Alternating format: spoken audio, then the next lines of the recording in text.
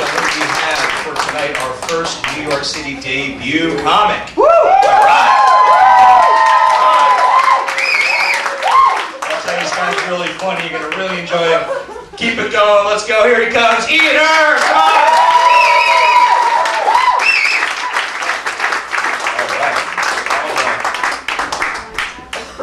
All right, so I'm reaching a milestone birthday this year, and it's really making me think about marriage. But the thing that concerns me the most about marriage is the alarming statistic. They say 50% of marriages end in divorce. 50%. I mean, to me, that means even if I don't end up getting a divorce, there's a very good chance my wife will.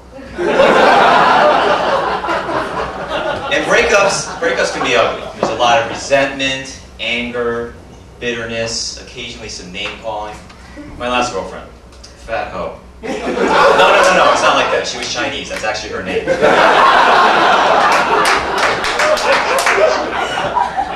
I mean, our biggest problem was that she couldn't understand that I needed to do guy things, just hang out with the guys. You know, she'd always say, well, I'm fun, I'm cool, I can hang out with the guys.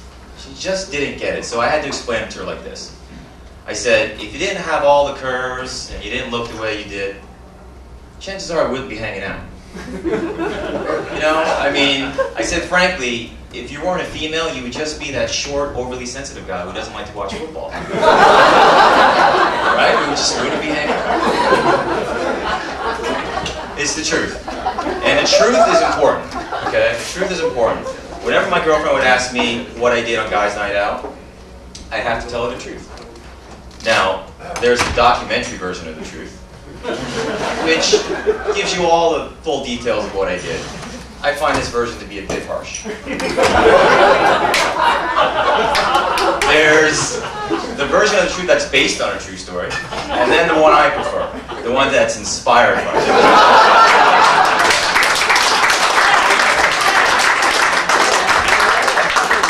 Let me give you a comparison of these two of these versions, okay? My girlfriend would say, so what'd you do last night, a Guys' Night Out? I could give her the harsh documentary version. I'd say, the guys and I went out to this strip club. It was good, they were serving free wings. Got a bunch of lap dances, lost track of time, got home late. Or, I could give her the version that was inspired by a true story. And say, the guys and I found this great place. The food was cheap and the service was amazing. Our server, very inspirational.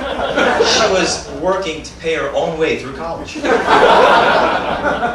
I swear to you, honey, very giving. She would practically give you the shirt off her back.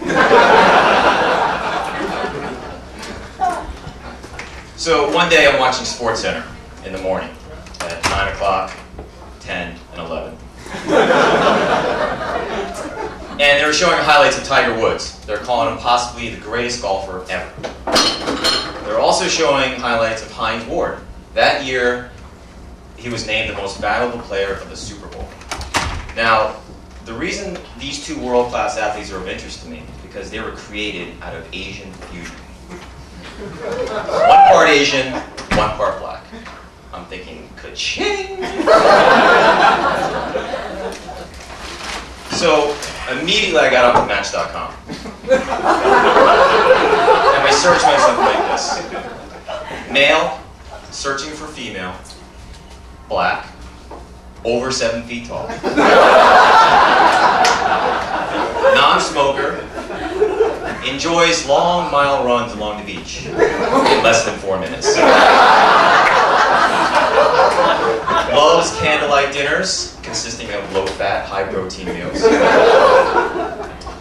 Within 3,000 miles. I'm willing to travel to make this work. But during my search, it dawned on me. With Hines Ward and Tiger Woods, it was their mothers that were Asian and their fathers were black. This thing could backfire on me. I mean, instead of a world-class athlete, I just end up with this huge, clumsy kid who just keeps eating sushi.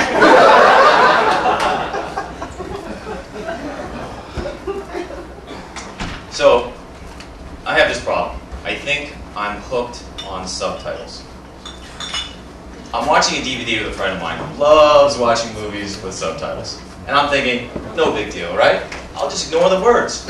Enjoy the movie.